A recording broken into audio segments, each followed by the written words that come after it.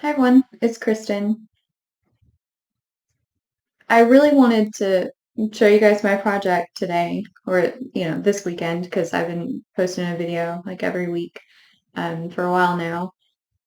Unfortunately, it's not quite ready, for viewing. I ran into a little bit of a snag, something that um, I had to figure out because I didn't know how to do it, and yeah, I think I have it figured out.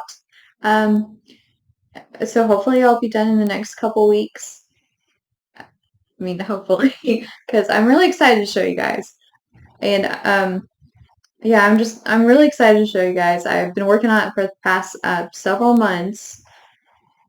Yeah, and I mean, I'm pretty proud of it. Like considering, well, anyway, I'll tell you more about that when I actually show you what it is. Because what I'm saying, probably makes no sense at all whatsoever. So this might be a shirt you guys haven't seen before. I found it in my closet. I have like a whole, like seriously, like a whole huge, basically trash bag of comic book t-shirts. I, some of them I don't wear anymore because they're just, I guess, a little bit too young. Like I have this purple one that has the Superman symbol, but the Superman symbol is in like a purple cheetah print. That's probably not one I want to be wearing anymore. So anyway, but yeah.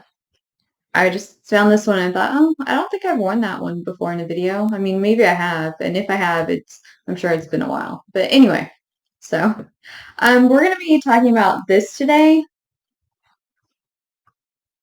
Wizard at 93, and it was in May of 1999. And it's funny because I just did variant covers, and this says cover 1 of 3. So Wizard, yeah, I was doing variant covers way back when. And here's the 3 variant cover options. So I mean, I pretty much when I was buying these, I didn't know about that Wizard had variant covers. I just bought, the one that was there, on the newsstand. Um, and I don't know if like some of them they sent some Wizard covers to comic book stores specifically, or if they divide. I don't know how that works, but it's pretty cool how they have variant covers. I mean, do any of you? Well, I guess you wouldn't really know. Well, no, this is 1 of 3, so I bet this is like the original cover since it says 1 of 3. Do you guys have any covers that say like 2 of 3 or any variant covers for Wizard? Now I'll have to look through my Wizard magazines and see if I have any variants. I doubt it though, because I always bought it on this, in the same spot on the newsstand. So anyway, I'm in a couple of comic book Facebook groups, and this caught my eye. Remember, it's May 1999. Liefeld, Rob Liefeld.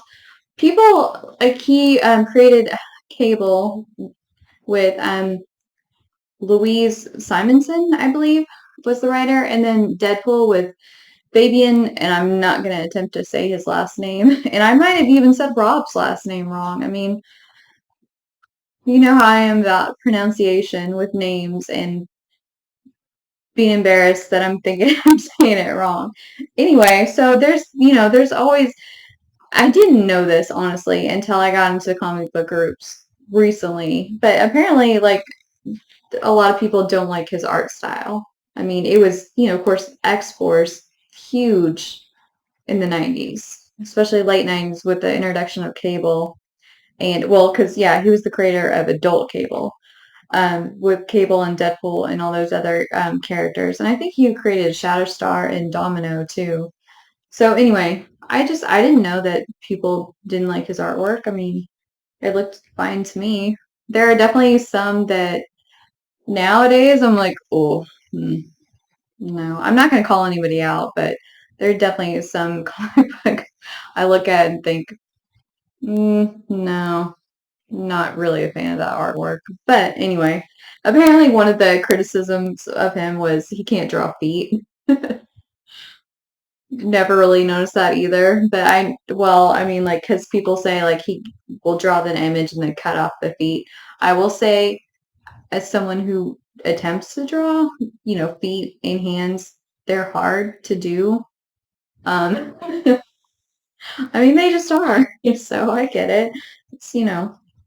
Of course, he can draw like way better than I can. I mean, I'm not pretending like I'm an artist, but it's like I like to draw and it's fun to draw. Anyway, getting off topic here, like I always do. Anyway, so basically, he had left Marvel before, and they called him back to rewrite or start writing Cable again. And he's like, "Well, of course, start drawing, being the artist on Cable again."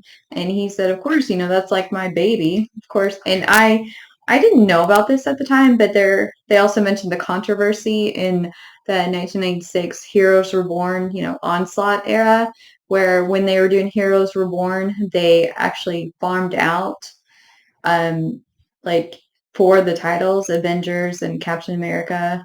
Like Liefeld had those two, and then Jim Lee had Iron Man and I forgot the other one. But so he was supposed to have, Captain America and the Avengers for 12 issues.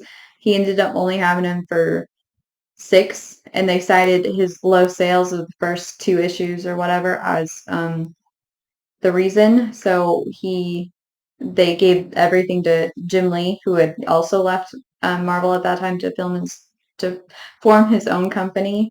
So I just thought it was interesting because I didn't know about the whole controversy of that. But he said, "Yeah, of course I'm going to return to Cable." He's like my firstborn, my child. And I thought this is really interesting too. They're talking about Todd MacFarlane, and he paid. Okay, so in 1998, huge season for baseball because Mark McGwire hit 70 home runs, which was the record at the time. And so Todd MacFarlane bought his 70th home run ball, and I think he paid like 2.7 million for that at the time, which at the time was the most anybody's ever spent on an item of sports memorabilia, like period. Um, which and it's funny. I brought this up because it's funny because his quote is saying, "I'm not Donald Trump. Meaning he's not rich. I just spent my life savings on this," because he bought that ball and then like 8 other balls hit by Mark McGwire and Sammy Sosa in the 1998 season. So I just thought it was funny because like at that time, I didn't, like okay, I knew about who Donald Trump was when he had his reality show, The Celebrity Apprentice. Like that's the first I'd ever heard of him. And like he was in Home Alone 2. He had a cameo in the hotel lobby, and I didn't know who that was. But so I just find it funny. But of course now, like Todd has plenty of money. um, yeah, so it's just funny though at the time that he said that. And of course now, unfortunately, because he paid, let's see, like 3.4 for all 9 of the balls, of the baseballs, and the one ball, the 70th, he paid 2 more, I think 4, 7, somewhere in there. I think it was 7. Anyway, of course, 2001, Barry Bonds, he broke Mark McGwire's record with 73, and I want to say that still stands. I should have asked my brother because he would have known. um, but I'm pretty sure that's still the record. That's still the record as of now. I'm pretty sure. But anyway, that means that Todd's baseball is not worth as much as he paid for it. I think I saw online it's like now 500,000 maybe, and of course now him paying that much for the baseball. I mean, I think someone paid just last year. I had to look it up because I didn't know. 10.6 million for a Michael Jordan jersey that he wore in like the 1998 finals, game 1. So of course now that record's been broken, but still at the time it was like the most money anyone's ever paid, and like that. I mean, honestly, that is a lot of money. 3 point like I think it was like 3.4 million.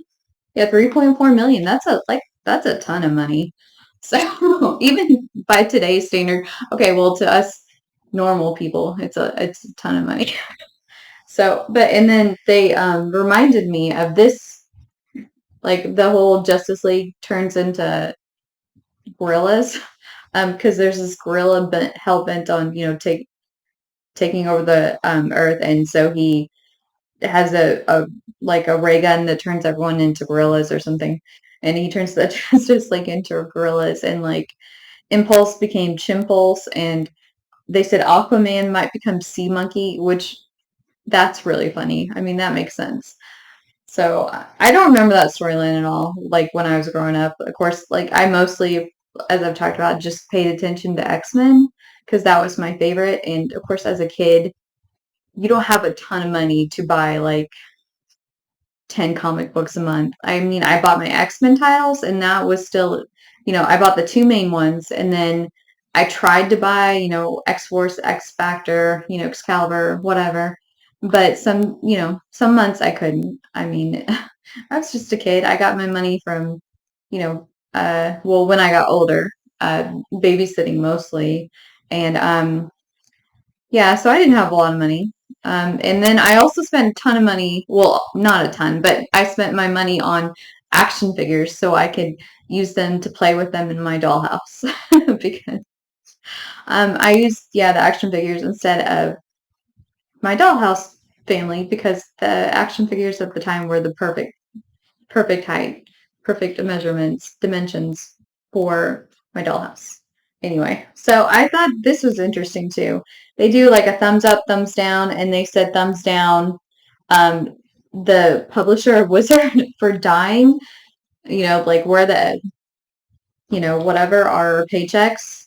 And I was like, wait, what? And I totally missed it. But on this page, see, they have him like an obituary for him, which I looked up to see if he was still alive today, and he is. And they actually, I think, got his birth date wrong.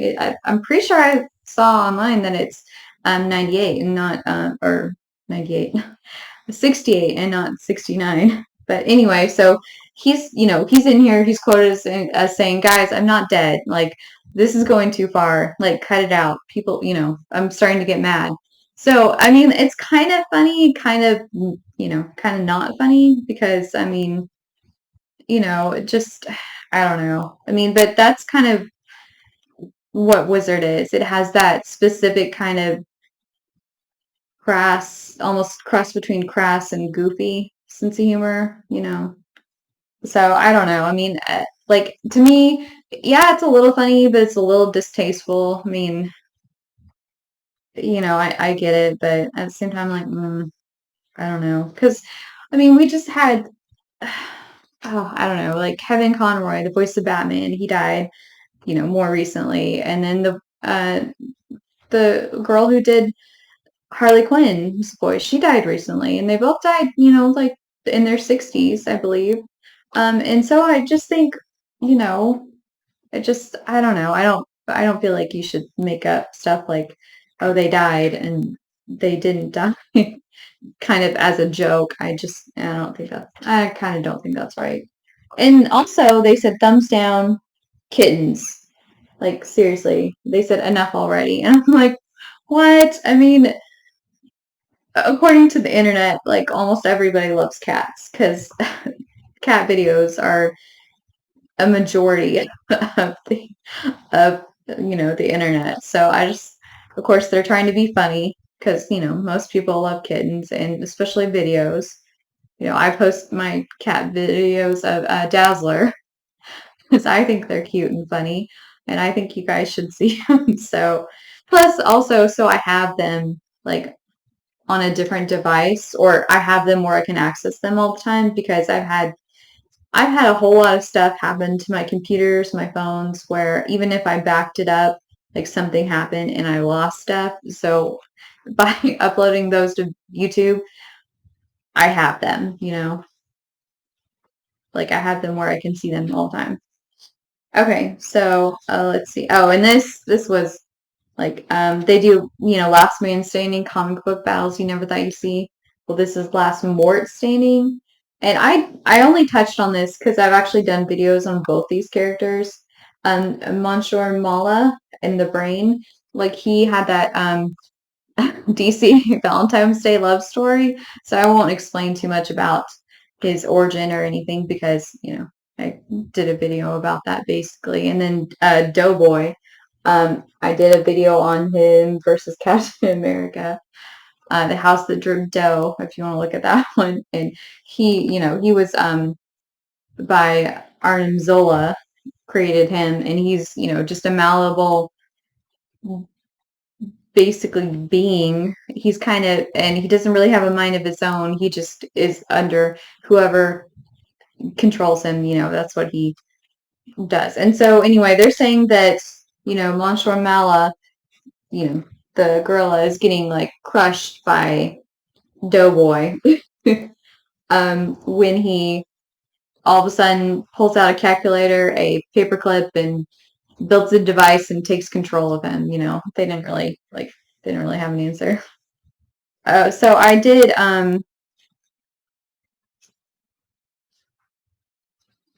So I kind of pulled out this one also because I remember seeing this style, uh, this art style like by Pat Lee, and he did it it's definitely more anime inspired, and you didn't see that in comic books a lot, at this time. Like this was kind of a new thing, and that's why he got tapped to do the Punisher Wolverine um, miniseries. And so this was his miniseries they did. It was 8 issues, and this guy is like a more traditional detective gumshoe. This is a cyborg who reads. I'm pretty sure I read right. Dead organic matter, like brain tissue, because they're trying to find a serial killer, and it's like set in the future, a future Asian city, in I think 2032 is what they said.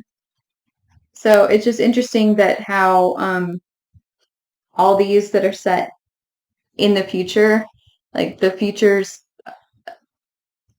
pretty close.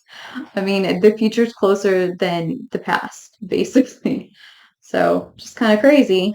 And we don't have like all this, stuff that people thought we would have by now. Anyway, so apparently she has a past where she doesn't really remember who she is. And yeah, they're trying to catch the serial killer, and everyone lives like 5 stories above ground. So I didn't read the series. I didn't know about it really. Like I said, I bought these and kind of skimmed through stuff, and mostly it was about, if there's an X-Men article or, some other more, I will say, I hate to say mainstream thing because I was a kid. I just tried to focus on just a couple things because I only had, I had a limited set of funds. Anyway, so I have a poster of this like somewhere over here. I don't know. I know I have this poster though, but here's, the Punisher Wolverine miniseries he did. So I just think that was cool. And at 23, like this kid's 23, he had his own, company at that point, thanks to, in part, the success of his Darkminds miniseries. Okay, so this is really exciting. Like this, like I said, X-Men, Uh, anyway, so this is the Mutant X um, alternate universe story, and I think this is super cool because, of course, it's X-Men, but the fact that they took everyone's origin story from things that actually happened in X-Men, like in the X-Men comics, like basically, you have one moment in your life, and if you had done this differently, or if you had gone this place or done this thing, your whole life would be different. That's how this is, which I think is really cool. So Havoc, there's this explosion, which there's always some kind of explosion. Um, that's their answer for a lot of things. So this explosion rips through the space-time continuum, and he ends up in this alternate universe. And in this universe, he is the leader of, the X-Men, which is called the Six. And he's married to Maddie, Madeline Pryor. And Yeah, and they have a child together. So big changes. But the main thing is he's the leader and the hero that he always wanted to be. Because of course in his timeline, his universe, he's always in Cyclops' shadow. Because Cyclops, of course, is, he's the more well-known Summer's brother. Like, so he always felt like he was in his shadow. And and then Bloodstorm, she actually was bitten by Dracula in Uncanny X-Men 159. Yeah, and they also explored it in like Uncanny X-Men Annual 6, I believe. Um, she recovered from from the bite, from being bitten, but if she hadn't, then she would be a vampire, and she has like hypnotic gaze. She can turn herself to mist, and her attendant is Kitty Pryde, and then her, as they put it, personal blood bank is Forge. Kind of makes me think of the Marvels What If cartoon they did, and the zombies. I don't like zombies, so yeah. But they had what was a Vision was keeping Black Panther for Wanda, basically, to feed on. Well, I can't remember. I only saw it once, and I will not watch it again because I don't like zombies. No, nope. So one thing I'm just like, nope. And then Beast becomes Brute because in Amazing Adventures, I think it's Amazing Adventures 11, he, you know, experiments with his genetics, trying to make himself not a mutant, and he turns himself into, further mutates himself or advances, his mutant gene, whichever version of that, you believe, because it's been written both ways over the years. Anyway, so now he turns into Brute, who's green and scaly, even though he looks kind of furry still here. But he loses his intelligence is the main thing. Like he's no longer brilliant. And then you have Archangel, who becomes the Fallen, and after Apocalypse, in like X Factor 23, changes him into Archangel. He becomes, he gets bat wings, leathery bat wings instead, and he never regains his humanity. He stays, like this, and he's basically evil. Um, but of course in the comic books, he gets his feather wings back, although he stays blue. And then Iceman, we've talked about this before when I was talking about the Iceman Marvel Select figure. Oh, I'm blocking him right now, but when we're talking about the power belt and how Loki and like Thor 377, 378, kidnapped him in order to use his powers to try to control the frost giants, and then his powers went out of control, and he got the power dampening belt by like some anti-mutant group put it on him to dampen his powers, and he's like, hey, this works great for my purposes of dampening my powers, so yay me. And then eventually, like, he never wore it again because different artists didn't draw it on him, and then Emma Frost helped him control his powers eventually. So anyway, yeah. So, but in this version, he never gains control of his powers, and he actually turns everything to ice. Like everything he touches, it turns to ice. Kind of like a King Midas situation. So this is Man Spider, which pretty much only lasted like one or two issues. Like Amazing Spider-Man 101 was the issue. And they said in here, it says Morbius the vampire gave Spidey 4 extra arms. That's not true though. I don't know why they said that or why they didn't catch that, but Spider-Man was trying to experiment on himself because Peter didn't want to be Spider-Man anymore. He's trying to get rid of his spider powers, but instead he, made them worse, so to speak, and gave himself 2 extra, sets of arms. But what happened is Morbius actually, his blood actually cured Spider-Man of the 4 extra arms, because Peter went to Doc Connors for help. Doc Connors turned into a lizard when Morbius showed up. Morbius bit him, he reverted back to Dr. Connors, so Spider-Man realized, hey, this can cure me, you know. So, yeah. So, Madeline Pryor, they're calling her Marvel Woman. Really, the when she, turned into the Goblin Queen, like Uncanny X-Men 239, the fall of Inferno, not the fall of mutants, Inferno. She basically retained that personality. She's bent on world domination. And some other notable characters that are in the series are, let's see, oh, Shield. They are not the good guys. They're trying to get rid of mutants, all mutants. Gwen Stacy is alive, and she's a TV news reporter. Magneto actually still kind of is in charge of, or he was in charge of the X-Men at one point, and he never really gave up his leadership. So they kind of, it causes, tension among the X-Men. Let's see. Magneto. Oh, I did that. And Alpha Flight. Oh, Canada and America are enemies. So Alpha Flight defends Canada's border from Americans, which is funny. And Reed Richards is actually evil. He's an evil scientist. He never got his Mr. Fantastic powers, but he's still an evil genius, and he just basically has a huge quest for power. So, okay, that went way longer than I meant it to. So I'm going to cut it off now, and hopefully you will join me for the next part of this, because I have more good stuff to talk to you about. Next thing we're going to talk about in this video series, I guess, is Batman and just what's going on with him at this point in 1999.